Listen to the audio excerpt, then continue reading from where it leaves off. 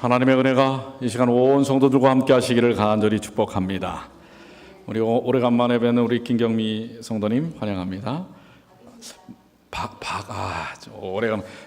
오래간만에 뵈니까 성도 바꿉니다. 예, 그리고 그 옆에 또 오신 우리 자매님 환영합니다. 오늘 우리 함께 말씀을 나눌 말씀은 당신의 마음이 약해질 때, 오늘 그 순서지의 미스프린트입니다. 16장이 아니라 61장입니다. 그 제가 좀 틀렸는데요. 61장입니다. 얼마 전에 저희 그 아이 차가 갑자기 시동이 안 걸렸습니다. 아침에. 그래서 이 키도 잘 먹지 않고, 그런데 이제 이 분명히 배터리가 문제가 있는 것 같아요. 그래서 차의 앞에 있는 본넷을 열어봤더니 놀랍게도 이 엔진룸 본넷에 배터리가 없어요. 여러분들 배터리 없는 차 있습니까? 깜짝 놀랐어요. 이 도대체 그럼 그동안 이 차가 어떻게 다녔던 건가? 아무리 찾아봐도 뭐 엔진을 다 살펴봐도 배터리 비슷한 게 없습니다. 이게 도대체 어떻게 된 걸까? 그 뭐 찾다 못 찾아가지고 차 안에 있는 박스에 뭘 꺼냈어요? 그 차에는 매뉴얼이 있습니다. 사용 설명서가 있죠. 매뉴얼에 보니까 이 차는 배터리가 엔진룸에 있는 게 아니라 맨 뒤에 트렁크 안에 있는 것입니다. 트렁크를 열어보니까 트렁크 옆에 조그만 뚜껑이 있고 뚜껑을 딱 열어보니까 거기에 배터리가 있는 것입니다. 참 희한한 차를 제가 뒤에 트렁크에 배터리가 있는 차는 처음 봤습니다. 근데 뭘 봤기 때문에 그것을 찾을 수가 있어요? 매뉴얼을 봤기 때문에 그렇습니다. 여러분들 매뉴얼이 필요합니까? 요즘 오늘날에 나오는 기계들은 사실 복잡합니다. 그래서 대부분의 여러분들이 쓰는 이 셀폰도 사용 설명서를 제대로 보지 않으면, 매뉴얼을 보지 않으면 어떻게 써야 할지 잘 모릅니다. 매뉴얼이 필요합니까?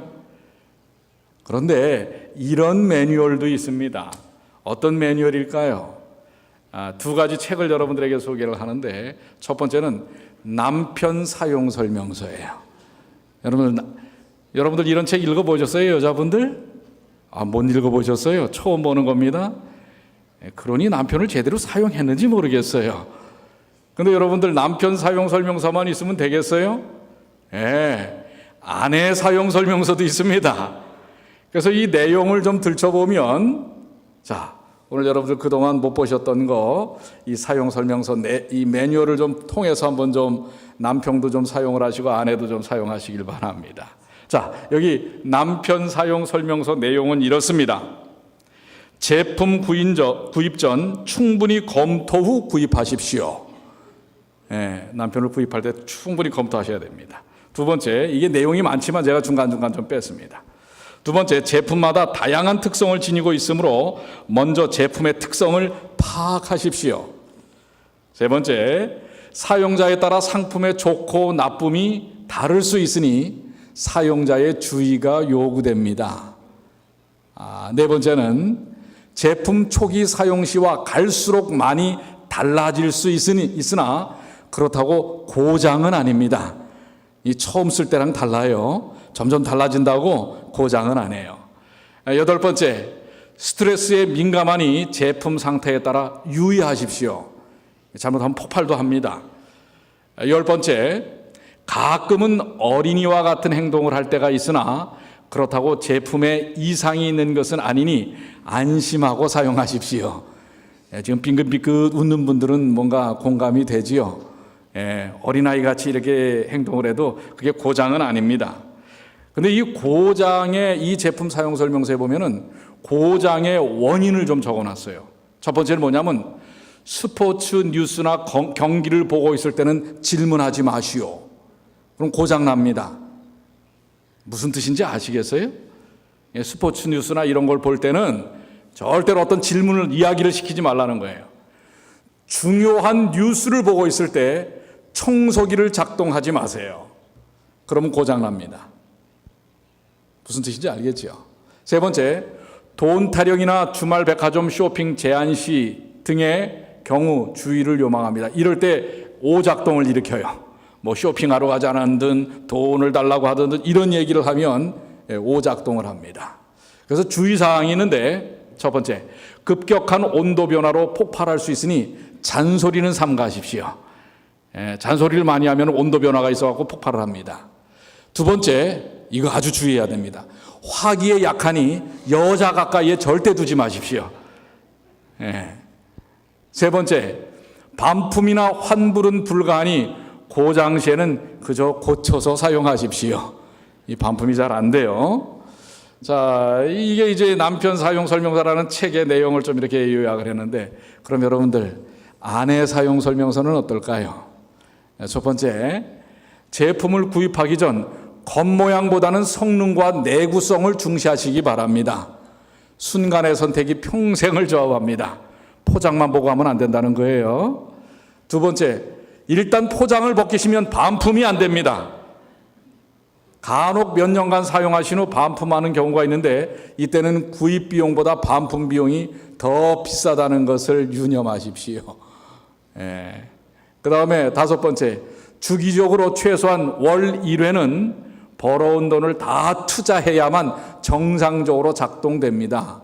월급 다 갖다 줘야 돼요. 그래야 작동이 됩니다.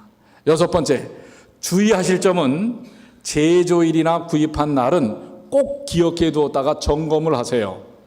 정기적인 점검일을 잊어버리면 소음이 많이 납니다. 그것도 잊어버렸어 하면서 말이에요. 언제 만났는지, 언제 구입했는지 절대 잊어버리지 마세요. 그 다음에 몇 번째예요? 일곱 번째, 사용기간이 지날수록 구입 시와는 달리 잡소리가 많이 나는 것은 정상적인 경우이니 감안하여 사용하시기 바랍니다. 이 남자도 그렇고 남편도 그렇고 아내도 비슷합니다. 그 다음에 열 번째, 간혹 사용하다 이상이 있으면 제조처, 이 제조처가 붙여야 됩니다. 제조처를 원망하는 경우가 있는데 그것은 금물입니다. 절대 수리되지 않으며 수리해달라고 제조처에 보내면 수리는커녕 고장만 더 내고 나중에는 고치기는커녕 사정해서 다시 가져오는 경우가 생깁니다. 여러분들 좀 이상이 있다고 해서 제조처에다 보내면 안 됩니다. 그럼 더 망가져 갖고 와요. 12번째, 힘들더라도 날씨 좋은 날 바깥으로 끄집어내어 바람도 쐬어야 합니다. 오래 두면 곰팡이가 서로 잘 돌아가지 않습니다. 한 달에 한 번은 뭐 하라는 거예요? 외출도 해야 됩니다. 그렇지 않으면 뭐예요? 곰팡이가 슬어요. 13번째, 가장 주의할 점은 반품이나 전매, 폐기하기 전까지는 다른 제품을 사용하시면 안 됩니다. 무슨 뜻인지 알겠죠? 그때는 제조업자도 함께 난리가 납니다. 끝으로 본 제품을 구입한 사용자 여러분께 힘드시겠지만 항상 감사하는 마음으로 평생을 고장 없이 즐겁게 사용할 수 있다고 자신합니다. 그렇게 믿고 사시라고 하는 것입니다. 자, 여러분들 이게 아내 사용 설명서입니다. 이런 매뉴얼을 좀 여러분들이 진작 좀 아셨으면은 좀 더 잘 사용을 했을 텐데 말입니다. 지금이라도 여러분들 매뉴얼에 따라서 좀 잘 사용하시게 되길 바랍니다.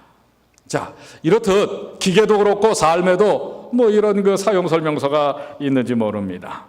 그런데 오늘 본문의 말씀 속에 우리 마음이 약해질 때 우리는 어떻게 할까? 인생이 또 신앙이 때로는 시험받고 낙담하고 낙심하고 문제가 생겼을 때 어떻게 해결할 수 있는지 해결할 수 있는 매뉴얼, 사용 설명서가 있다면 얼마나 좋을까? 자, 인생 문제에서의 매뉴얼이 정말 필요합니까? 그렇다면 그 매뉴얼대로만 하면 문제가 풀려요. 아까 그 베러리드 매뉴얼을 보고 그렇게 했듯이 말입니다. 어떤 분이 저에게 그런 얘기를 해요. 아니 목사님 그걸 어떻게 할 줄 알아요? 그러는 거예요. 그게 뭐냐면 우리 청년 예배실과 그 교제실에 제가 그 에어컨 히딩을 달지 않았습니까? 사실 어떻게 보면은 조금 어렵게도 보입니다. 그리고 그것을 업자를 시키면 돈이 많이 들기도 해요. 근데 여러분 제가 뭐 특별한 재주가 있어서 그것을 달았는 줄 아십니까? 여기에 비밀이 있어요. 그 비밀이 뭡니까? 바로 매뉴얼이에요.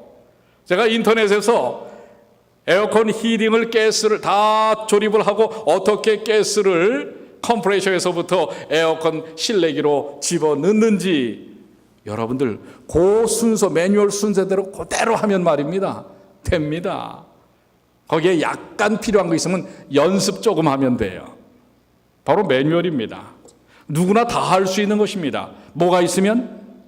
매뉴얼이 있으면 누구나 다 할 수 있는 것입니다. 오늘 우리가 인생에 있어서 문제를 경험할 때, 약하여질 때, 낙심이 될 때, 어떤 문제들을 풀어갈 때 매뉴얼이 있으면 얼마나 좋겠어요. 그런데 하나님께서 이 매뉴얼을 다윗을 통해서 우리에게 허락하고 계시다는 사실입니다. 시편 61편입니다. 2절로 3절 한번 다 같이 한번 읽어볼까요? 내 마음이 약해질 때. 시작. 내 마음이 약해질 때에 땅끝에서부터 주께 부르짖으오리니 나보다 높은 바위에 나를 인도하소서. 주는 나의 피난처시요 원수를 피하는 견고한 망대이심이니이다. 자, 여기 내 마음이 약해질 때에, 삶의 신앙에 문제가 생겼을 때에 다윗은 어떻게 그 인생 문제를 풀어나갈 수 있는 매뉴얼을 갖고 있는가? 여기 다윗이 말한 이 약해질 때라고 하는 이 약해지다라는 원어는 아탑이라는 말인데요. 연약하여지다, 기진하다, 뭐 이런 뜻을 갖고 있습니다. 아주 지치고 기진해서 쓰러질 그런 상태를 약해질 때라고 말합니다. 사실 다윗의 삶은 겉으로 보기에는 왕으로서 대단히 영화를 누린 것 같지만은 왕이 되기 전까지는 얼마나 그 전 왕이었던 선대 왕이었던 사울 왕에게 죽음의 위협을 받고 쫓겼는지 모릅니다. 여러 차례 죽을 고비를 넘깁니다. 왕이 된 후에는 어떻습니까? 심지어는 자식에게 배반을 당하고 자칫 잘못하면 죽임을 당할 그런, 정말 이거는 평범한 사람들의 삶 속에서는 경험할 수 없는 그런 처참한 그런 지경까지도 경험한 게 다윗인 것입니다. 이렇듯 아주 그 마음이 약하여져서 어찌할 수 없는 그런 위기에 지치고 지쳐 아주 기진해진 상태에 있는 이 다윗에게, 그에게 매뉴얼이 주어져 있었다고 하는 것입니다. 자, 다윗이 우리에게 이 말씀을 통하여 주시는 그 인생의 문제를 풀어가는 매뉴얼 사용 설명서는 무엇일까요? 그 첫째는 제조사를 확인해야 한다는 것입니다. 다윗은 그의 심령에 지치고 피곤할 때 그를 누가 만드셨는지, 누가 그 문제의 해결자인지를 분명하게 확인하였습니다. 자, 본문의 말씀 2절에 보면 누구께 부르짖었다 그랬어요? 누구에게? 주께 부르짖었다. 그 인생의 문제에 대한 약하여질 때 그 해결자로 제조자가 누구라는 사실을, 자기를 만들고 해결자가 누구라는 사실을 분명히 확인했어요. 하나님이시라는 사실을 확인하고 있는 것입니다. 잠언 18장 10절에도 보면 여호와의 이름은 견고한 망대라. 즉 우리를 만드신 우리의 삶의 해결자가 누구신가, 우리의 인생의 제조자가 누구신가라는 것을 분명히 여호와라고, 여호와의 이름이라고. 그래서 여러분들 우리의 인생의 후면에 보면 누가 우리를 제조했는지 나와요. 누가 제조했어요? 여호와 하나님께서 누구의 형상을 따라? 하나님의 형상을 따라 우리를 만드셨어요. 그래서 우리를 만드신 분이 누구시라는 사실을요, 하나님이시라는 사실, 여호와라는 사실을, 그 이름을 박아 놓으신 것입니다. 그 우리를 만드신 제조자 누구십니까? 역대상 29장 11절로 12절에 보면 이렇게 고백하고 있습니다. 여호와여, 위대하심과 권능과 영광과 승리와 위엄이 다 주께 속하였사오니 천지에 있는 것이 다 주의 것이로소이다. 천지 만물이 다 누구 거라고요? 하나님의 것이라고 하는 것입니다. 여호와여, 주권도 주께 속하였사오니 주는 높으사 만물의 머리이심이니이다. 12절, 부와 귀가 주께로 말미암고 또 주는 만물의 주제가 되사 손에 권세와 능력이 있사오니 모든 사람을 크게 하심과 강하게 하심이 주의 손에 있나이다. 자, 우리를 제조하신 분, 우리를 만드신 우리 제조사에 대한 명시가 분명합니다. 그분은 어떤 분입니까? 천지가 다 주님께서 만드셨고 주님의 것인데 그 천지 만물을 만드신 분이 오늘 내게 있어 부와 귀, 우리 간단하게 부귀라고 얘기하지 않습니까? 이 부귀가 다 주님께로부터 오는데, 특별히 우리 마지막 밑에서 두 줄을 한번 같이 읽어보겠습니다. 모든 사람을, 자, 크게 다 같이 한번 시작. 모든 사람을 크게 하심과 강하게 하심이 주의 손에 있나이다. 누구 손에 있나이다? 어떻게 하심을? 사람을 강하게 하시고 크게 하심을 바로 주님의 손에 있다고 하는 것입니다. 다윗은 정확하게 자신의 인생 문제를 풀어가는 매뉴얼 속에 그 매뉴얼을 만드신 분이 누구신지를 알고 있었어요? 여호와 하나님인 것을 알고 있었던 것입니다. 매뉴얼이 필요합니까? 자, 이제 그 매뉴얼을 주신 분이 누군지를 분명히 알 필요가 있어요. 그 매뉴얼이 어떤 것인지를 알 필요가 있는 것입니다. 그래서 두 번째는 매뉴얼을 잘 읽어봐야 합니다. 자, 우리에게 주신 우리의 삶의 매뉴얼 뭡니까? 하나님의 말씀, 성경입니다. 말씀을 살피는데, 자, 본문의 말씀 3절에 보면 주는 나의 피난처시요.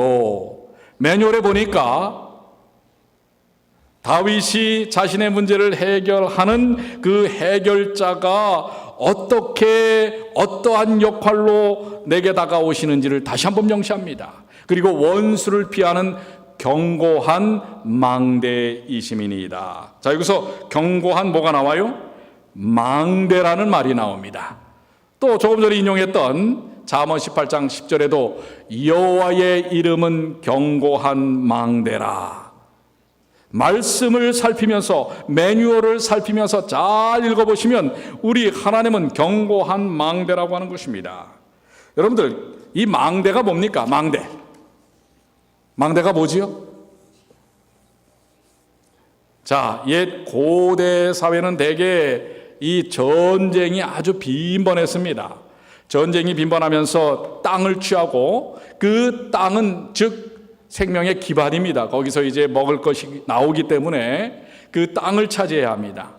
그렇기 때문에 사람들이 땅을 차지하고 거기다가 성을 쌓고 그 모든 땅에다 흩어져서 살면은 힘을 모을 수가 없어요.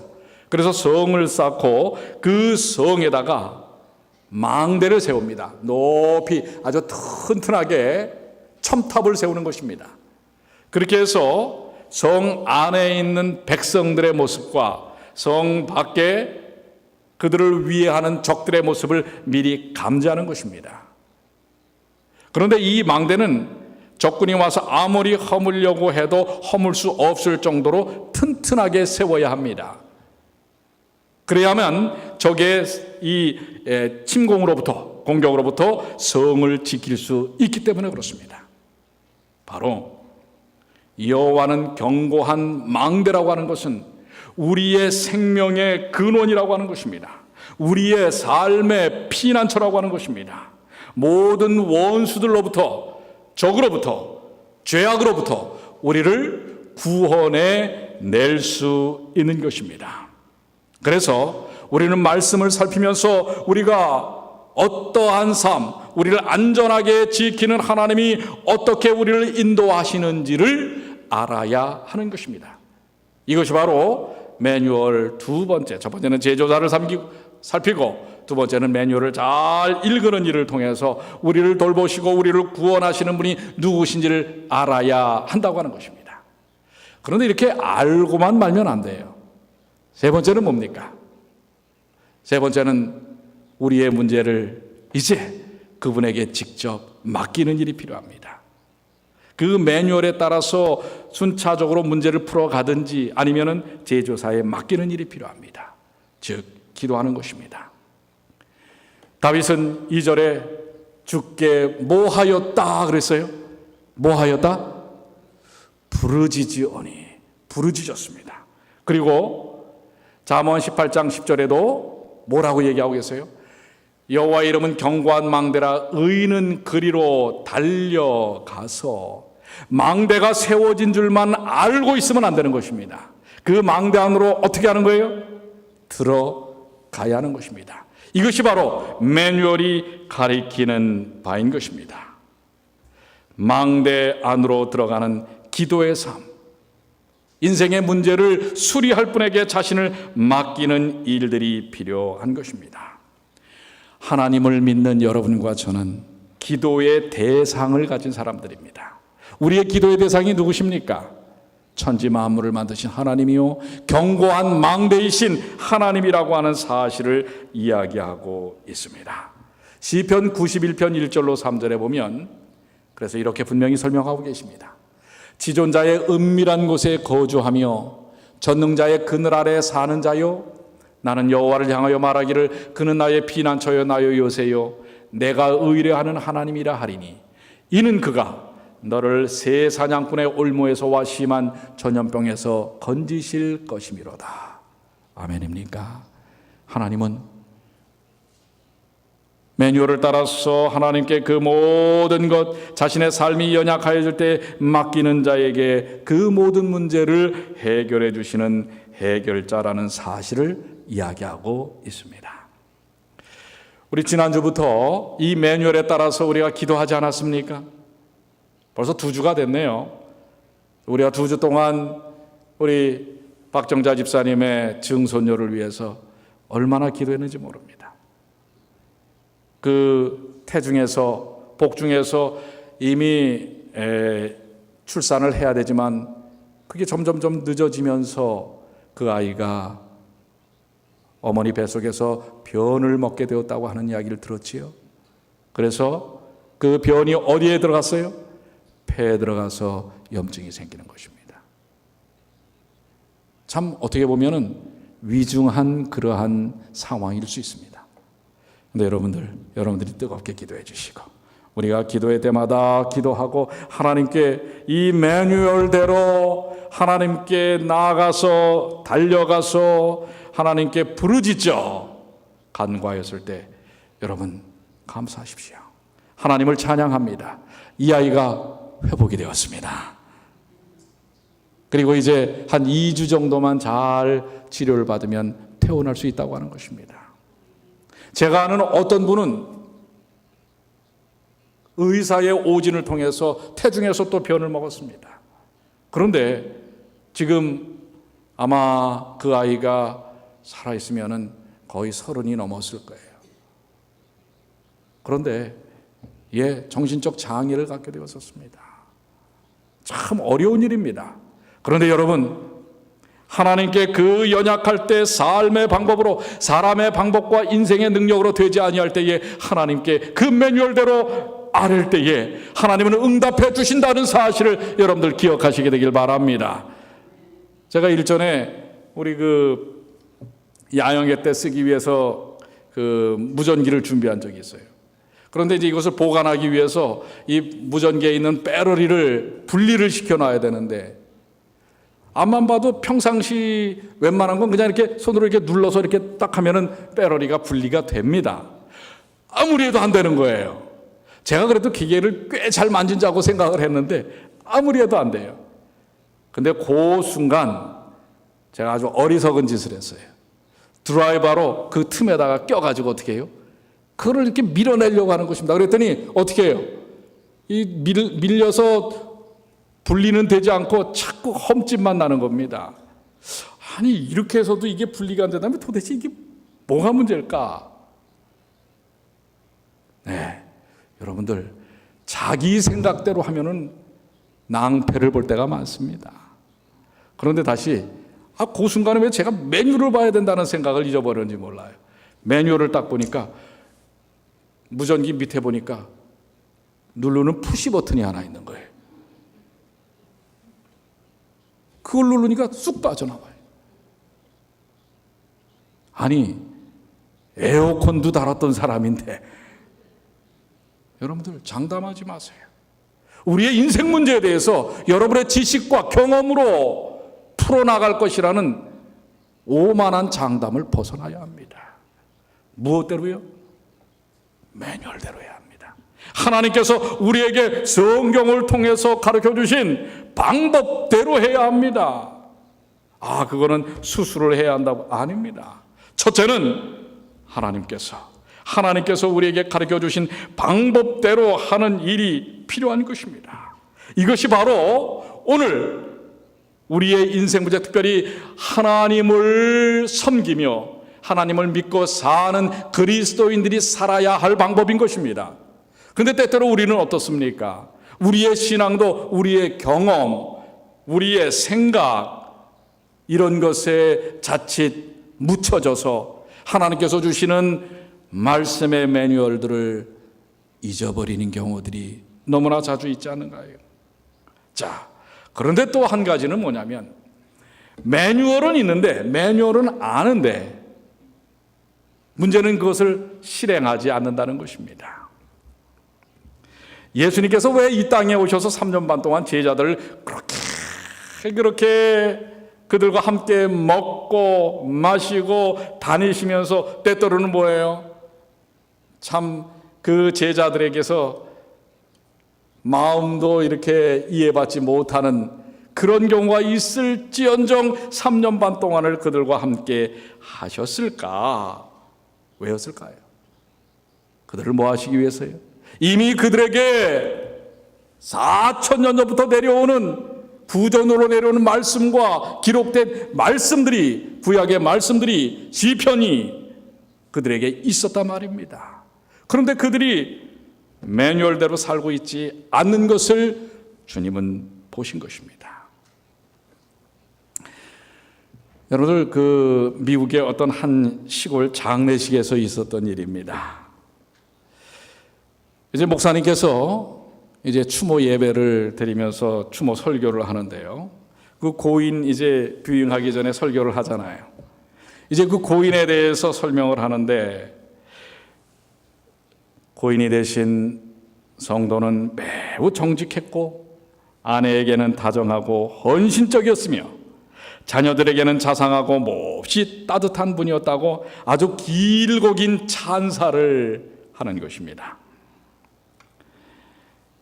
목사님이 근데 이 고인에 대한 찬사를 할 때마다 그 앞에 앉아있는 미망인이 있죠. 돌아가신 분의 부인이 자꾸 그 목사님이 그 찬사를 할 때마다 고개를 갸우뚱 하는 거예요. 하지만 목사님은 뭐 거기에 아랑곳하지 아니하고, 기왕이면 이제 보내는 자리인데 은혜롭게 해야 되지 않겠어요? 뭐 저도 그렇게 합니다. 목사님은 생각해낼 수 있는 모든 찬사를 동원하여서 고인이 얼마나 훌륭한 남편이었고 아버지였는지를 아주 그냥 정말 장황하게 이어나갔습니다. 그러자 조금 전까지 가볍게 고개를 좌우로 계속 흔들던 이 미망인이 드디어 옆에 있는 딸에게 이렇게 속삭입니다. 얘야, 너 저 관 안에 누워있는 사람이 내 아버지인지 좀 확인하고 와라. 너무 다른 거예요. 여러분, 그렇습니다. 우리의 인생이 다 마감하고 난 다음에 여러분들은 어떤 모습으로 그저 목사의 그냥 입에 발린 듯한 찬사가 아니라 어떤 모습으로 드러나기를 바랍니까? 그래서 그저 이름만 또한 모양만 같은 그리스도인이 아니라 정말 우리의 삶의 문제가 해결되고 능력 있는 그리스도를 담는, 그리스도의 능력이 드러나는 하나님의 자녀가 되기 위해서는 예수님께서 오셔서 3년 반 동안 제자들을 그토록 뭐 하셨던 것처럼 연습시키고 훈련시키고 그래도 실패했어요. 그래도 또 부활하셔가지고 40일 동안 뭐 하셨어요? 그들을 훈련시키셔서 드디어 이제 그 훈련의 성과가 나타나지 않습니까? 그런 것처럼 훈련이 필요합니다. 디모데전서 4장 7절로 10절에 매뉴얼이 있어도요, 매뉴얼을 따라서 훈련이 필요한 것입니다. 망정되고 허탄한 신화를 버리고 경건에 이르도록 내 자신을 연단하라. 육체의 연단은 약간의 유익이 있으나 경건은 범사에 유익하니 금생과 내생에 약속이 있느니라. 육체의 연단, 훈련이 필요합니다. 하나님의 말씀 매뉴얼을 따라서 사는 훈련이 필요합니다. 여러분들 왜 이 자리에 오셔서 하나님께 찬양과 경배와 예배를 드리고 함께 교제를 나누고 우리가 기도하고 이렇게 아름다운 믿음의 공동체 교회를 이루고 삽니까? 바로 이 훈련을 위한 것입니다. 훈련이 없는 삶은 모양만 갖출 수밖에 없어요. 그렇기 때문에 허탄한 신화를 다 벗어버리고 경건에 이르도록 내 자신을 연단하라. 트레이닝 받는 것이 필요합니다. 9절에 미쁘다 이 말이요 모든 사람들이 받을 만하도다. 이를 위하여 우리가 수고하고 힘쓰는 것은 수고하고 힘써야 합니다. 하나님의 교회 안에서 하나님의 말씀 매뉴얼을 따라서 그 삶을 따라 사는 일들을 그저 어쩌다 생각나서 하는 것이 아니라 어느 순간에도 이 매뉴얼에 따라서 살 수 있는 삶의 모습을 트레이닝하고 훈련받을 필요가 있다고 하는 것입니다. 그렇게 힘쓰는 것은 우리의 소망을 살아계신 하나님께 두미니 곧 모든 사람 특히 믿는 자들의 구주시라. 우리의 소망이신 우리 주 예수 그리스도께 모든 것을 맞추어서 우리는 이 매뉴얼에 따라서 우리의 연약하여질 때 그 순간뿐만 아니라 삶의 모든 면을 주님께서 허락하신 방식대로 훈련받고 그렇게 살아야 할 것입니다. 이제 매뉴얼을 누가 만드셨어요? 하나님이 만드셨습니다. 그러니 우리는 이 말씀을 따라서 살 필요가 있습니다. 메리큐스 마네라고 하는 여인이 있었습니다. 남편은 사업에 부도를 내고 어디론가 야반도주를 해서 그 이후로는 집에 찾아오지도 않습니다. 살림은 다 이제는 빼앗겨버리고 그야말로 알거지가 되어서 길거리에 나앉게 되었습니다. 그런데 그 참에 또 어린 아들이 마트에서 문방구를 훔치다가 걸렸어요. 그래가지고 학교에서 또 쫓겨났어요. 더 이상 살고 싶은 마음이 없었습니다. 이제 이렇게 저렇게 할 수 없다라고 생각한 이 여인은 아이들을 재우고 주방에 가서 가스를 틀었습니다. 그리고 그 호스를 끊고 그 가스가 온 집안에 퍼지도록 이제는 인생을 끝내고 싶은 것입니다. 얼마간 지나자 정신이 몽롱해지기 시작했습니다. 근데 바로 그때였어요. 그 이웃집에서 나지막한 한 찬양의 소리가 흘러나오는 것입니다. 우리 참미가 새 참미가 557장인데요.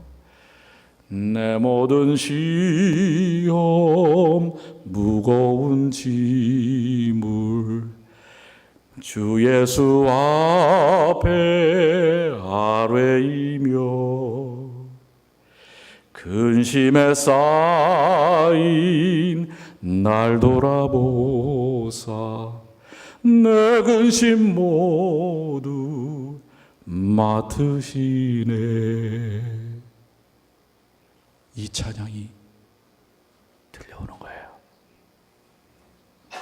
그 순간 그래, 내가 죽을 생각을 하면서 왜 하나님께 기도할 생각을 안 했던 건가?